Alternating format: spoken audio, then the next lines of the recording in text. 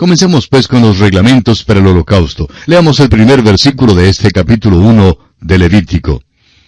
Llamó Jehová a Moisés y habló con él desde el tabernáculo de reunión, diciendo... Ahora Dios llamó a Moisés desde el tabernáculo. Ya no está hablando desde la cumbre del monte Sinaí con truenos y relámpagos como cuando dio los mandamientos. Aquí llama a Moisés desde el tabernáculo en un llamado de reconciliación. Llamó Jehová. Su llamamiento es para aquellos que oyen su voz. Es importante que veamos esto. Dios está llamando a los hombres hoy en día para que sean reconciliados con Él. La iglesia hoy en día es un cuerpo de los que son llamados afuera, y son los escogidos porque han sido llamados.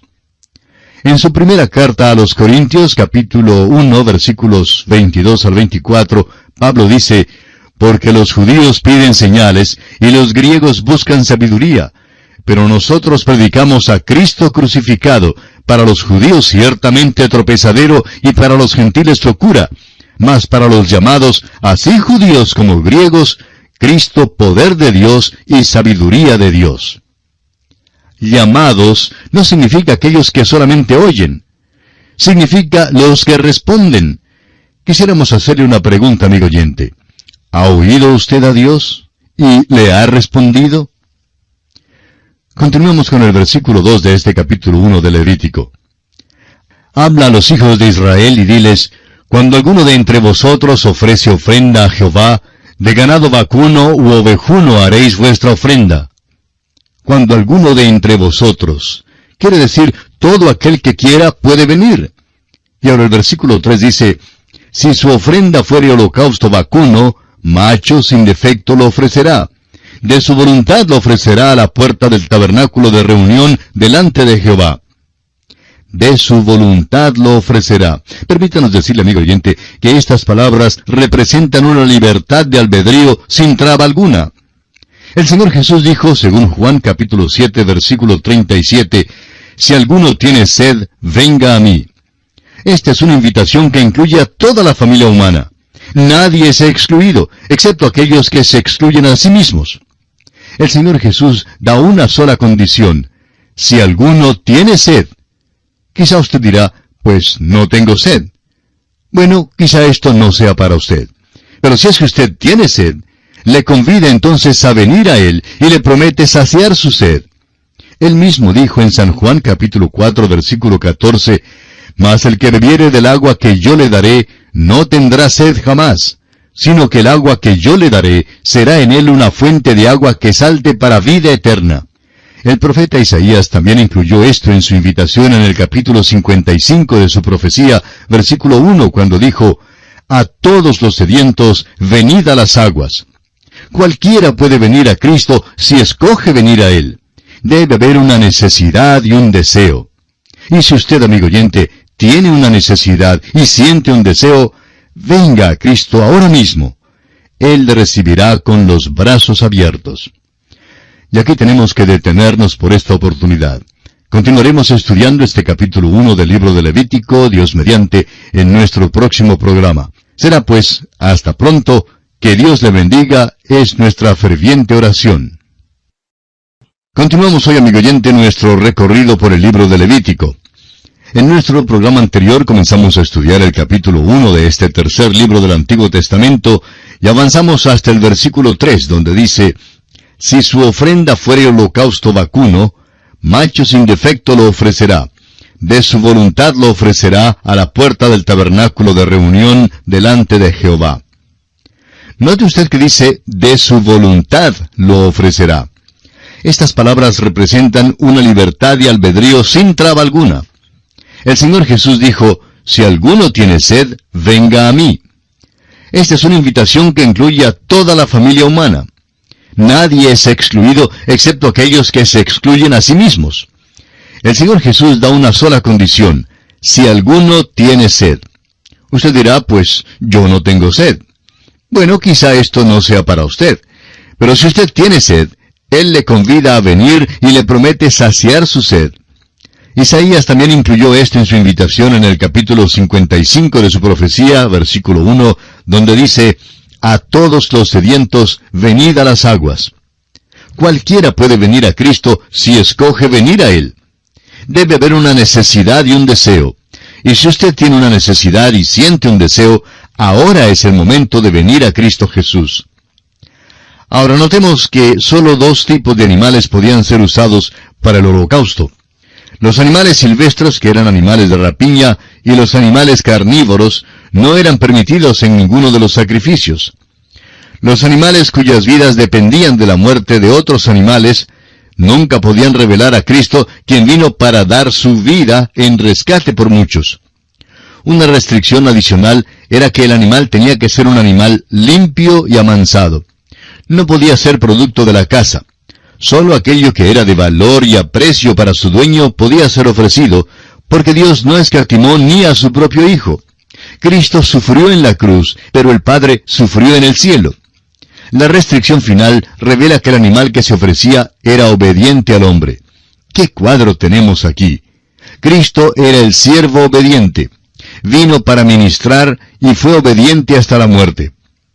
El holocausto es la única ofrenda que se menciona en la Biblia hasta el tiempo del Levítico, y era la ofrenda que debían ofrecer los que querían acercarse a Dios. El holocausto se llama Olá en hebreo, significa lo que sube. No es irreverente decir que el holocausto se esfumaba, pues era consumido totalmente en el altar. No quedaba nada, sino solo las cenizas. Esto revela que el holocausto es lo que Dios ve en Cristo. Pablo declaró en Efesios capítulo 5 versículo 2 que Cristo se entregó a sí mismo por nosotros, ofrenda y sacrificio a Dios en olor fragante. Aquí en el capítulo 1 de Levítico encontramos en los versículos 9, 13 y 17 que el holocausto era un sacrificio de olor grato para Jehová.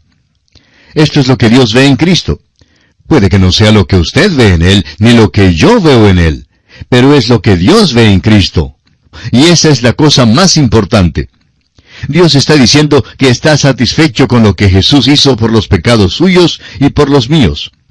En realidad, el Evangelio simplemente le pregunta al hombre, ¿estará usted satisfecho?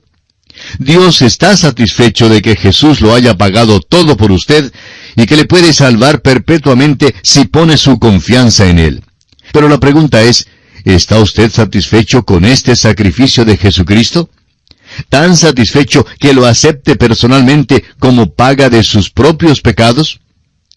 Notará usted que dice que el sacrificio debe ser un macho, y eso habla de poder. Habla del hecho de que el Señor Jesús es poderoso para salvar y que le puede salvar perpetuamente, según lo declara el escritor a los Hebreos en el capítulo 7 de su carta, versículo 25. Entonces, el sacrificio debe ser sin defecto, lo que quiere decir que el animal tenía que ser un ejemplar ideal y perfecto. Esto habla de la perfección de Cristo y no hay pecado en Él. Así lo dice el apóstol Juan en su primera carta, capítulo 3, versículo 5.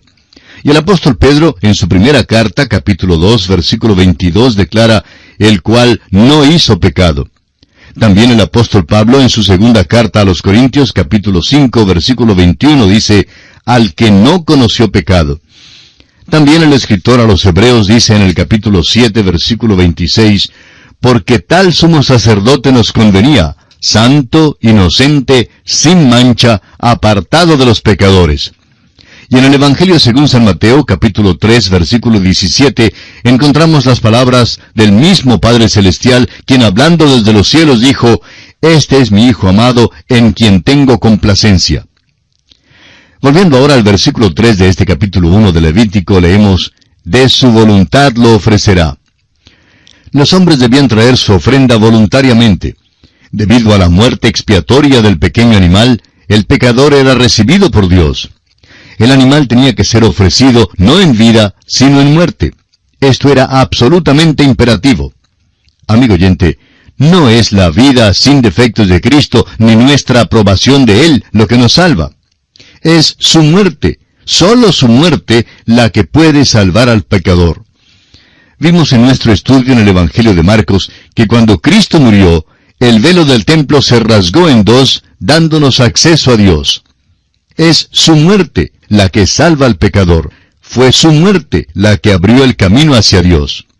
Es que el velo es su carne, según lo vemos en Hebreos 10:20. Su perfecta vida nos excluye de Dios. Lo que Dios demanda es una vida que sea tan perfecta como la vida de Cristo, y ni usted, amigo oyente, ni yo podemos reproducirla. Su vida es la norma. El Padre pudo decir en cuanto a Jesús, «Este es mi Hijo amado, en quien tengo complacencia». Usted y yo no podemos satisfacer esa norma. Por tanto, la vida de Cristo no puede salvarnos. Nos excluye de Dios, así como el velo en el tabernáculo excluía al hombre de la presencia de Dios. Se hace entonces imprescindible otra base para poder llegar a Dios. El único camino es por medio de la muerte de Cristo. Ella fue la que rasgó el velo. En el mismo momento en que usted y yo llegamos mediante la muerte de Cristo, el camino a Dios está abierto. Es la muerte de Cristo la que salva al pecador.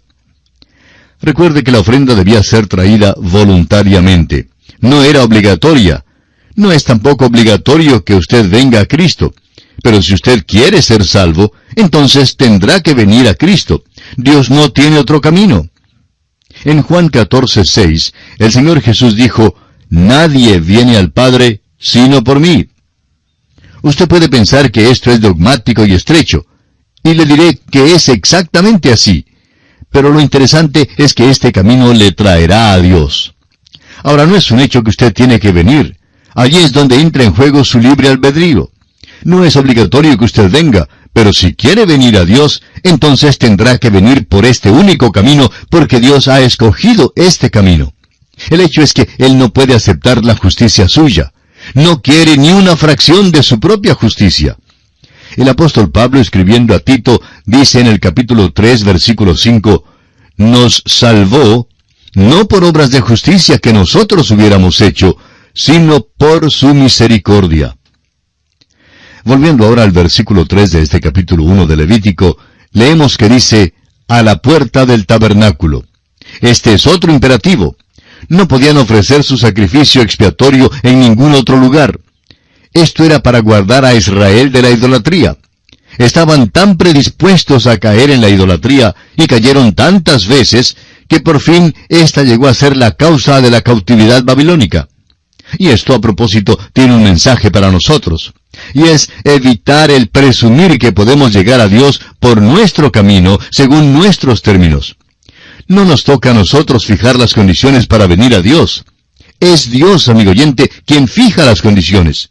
Y ante Dios, como dice Isaías en el capítulo 64 de su libro y versículo 6, «Todos nosotros somos como suciedad y todas nuestras justicias como trapo de inmundicia». Dios no aceptará nuestras justicias. Muchos creen que la justicia de Dios es simplemente algo que está a un nivel un poco más alto que la justicia de los hombres. Pero eso no es verdad. La justicia de Dios, amigo oyente, es enteramente santa. La única justicia que Dios puede aceptar es la justicia de Dios, la que nos es dada por fe en Jesucristo. No se puede trabajar para obtenerla, no se la puede comprar. Usted no tiene nada que ofrecer a Dios y su propia justicia simplemente fracasará. Dios no aceptará nuestra pobre justicia. La ofrenda tiene que ser presentada a la puerta del tabernáculo. Amigo oyente, el camino de la cruz es el único camino que conduce al cielo. No hay otro camino. Cristo dijo que nadie viene al Padre sino por mí. Pasemos ahora al versículo 4 de Levítico capítulo 1. «Y pondrá su mano sobre la cabeza del holocausto, y será aceptado para expiación suya». Y pondrá su mano sobre la cabeza del holocausto. El Dr. Kellogg llama a esto un hecho de designación. Esto es revelado en Levítico capítulo 24, versículo 14, donde los testigos debían poner las manos sobre el blasfemo antes que fuera muerto a pedradas. Moisés puso su mano sobre Josué, designándole así como su sucesor.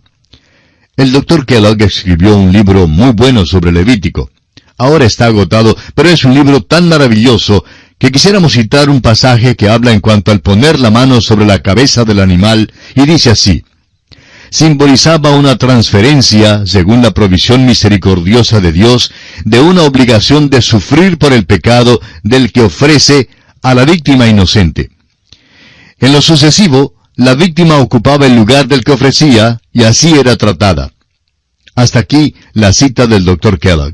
En otras palabras, cuando el hombre entraba y ponía su mano sobre la cabeza del pequeño animal que debía ser muerto, designaba a este pequeño animal como su reemplazante. El hombre estaba confesando así que él mismo merecía morir.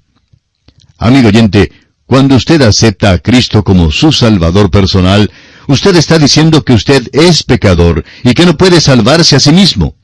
Expresa que usted desea arrepentirse de sus pecados y que desea acudir al Salvador y que quiere vivir para Él. El pequeño animal moría como sustituto de quien lo ofrecía. Eso es lo que Cristo hizo por nosotros. Cuando usted acepta a Cristo, usted pone su mano sobre Él, le designa como su Salvador personal. Hay quienes parecen tener la idea de que hay algún mérito en la acción misma de la imposición de las manos. Creen que hay alguna transferencia de poder. Lo único que puede ser transferido, amigo oyente, por medio de la imposición de las manos son los microbios patógenos. No se transfiere nada, sino que designa a otro para tomar su lugar. Cuando ponemos las manos sobre un misionero, como lo hizo la iglesia en Antioquía con Pablo y Bernabé, designamos que está saliendo en nuestro lugar, que es nuestro representante. Cristo, pues, tomó nuestro lugar. Esto es lo que significan las palabras del apóstol Pablo en su segunda carta a los Corintios, capítulo 5, versículo 21. Por nosotros lo hizo pecado. Y en Romanos 4:25, donde dice, el cual fue entregado por nuestras transgresiones. En el hebreo original, esta imposición de manos sobre el animal ofrendado significa el poner las manos de tal manera que pesan sobre otro.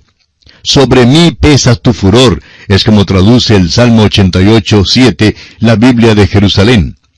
Esta parte de la ceremonia habla de la expiación y la aceptación de parte de Dios de la ofrenda mediante la muerte de la víctima. Será aceptado para expiación suya. Estas son las últimas palabras del versículo 4 de Levítico 1. Hemos dicho antes que la expiación quiere decir encubrir y no quitar.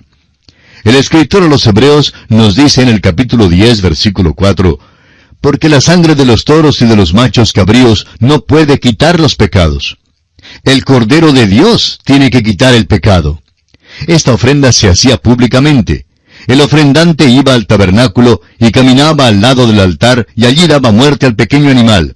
Era un hecho público. Y amigo oyente, es necesario que uno confiese a Cristo públicamente. Es por la fe que ponemos la mano sobre Cristo, pero el público necesita saber que lo estamos haciendo.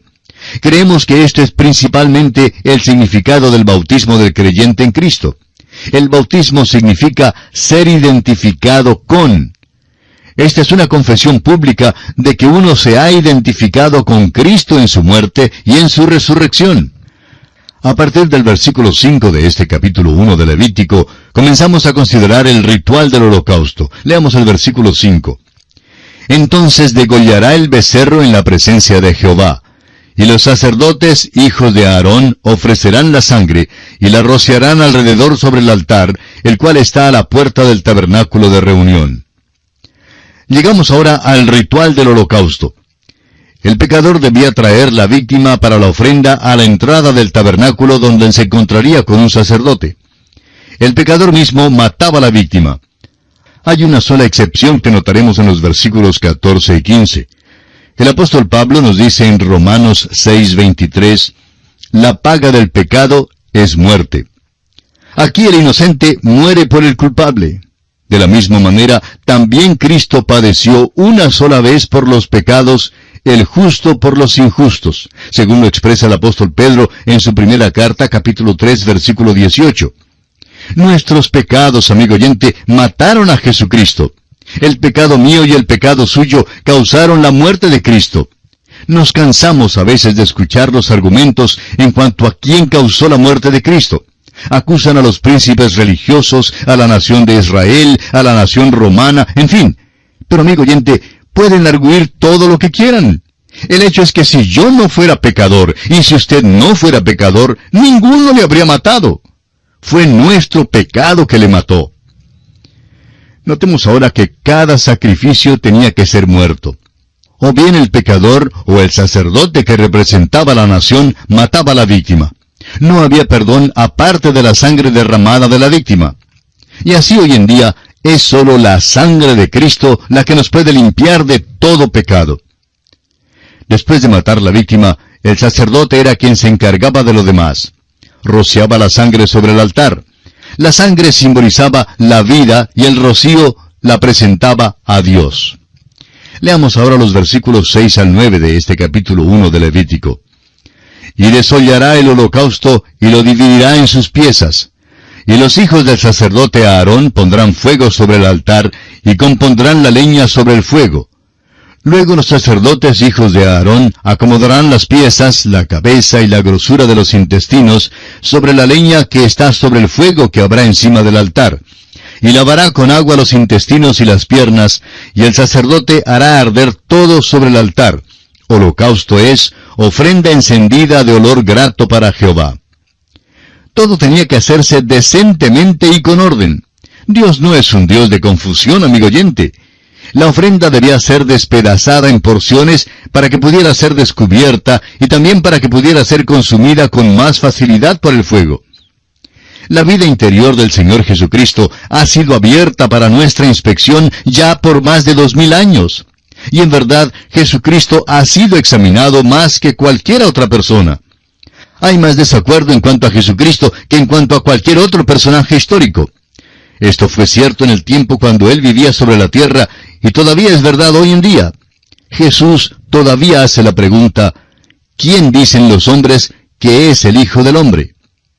Hay toda clase de criterios hoy en día, y no faltan los que realmente son blasfemos. Sin embargo, todavía es cierto que Él es santo, inocente, sin mancha, apartado de los pecadores.